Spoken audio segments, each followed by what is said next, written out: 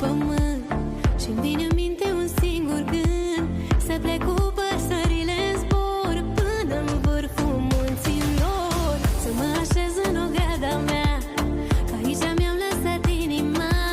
Aș pleca, dar nu mă lasă iarba verde de acasă. Fraților Carpaților, de vântul vostru mi-e dor, inima mă cheamă acasă la căsuța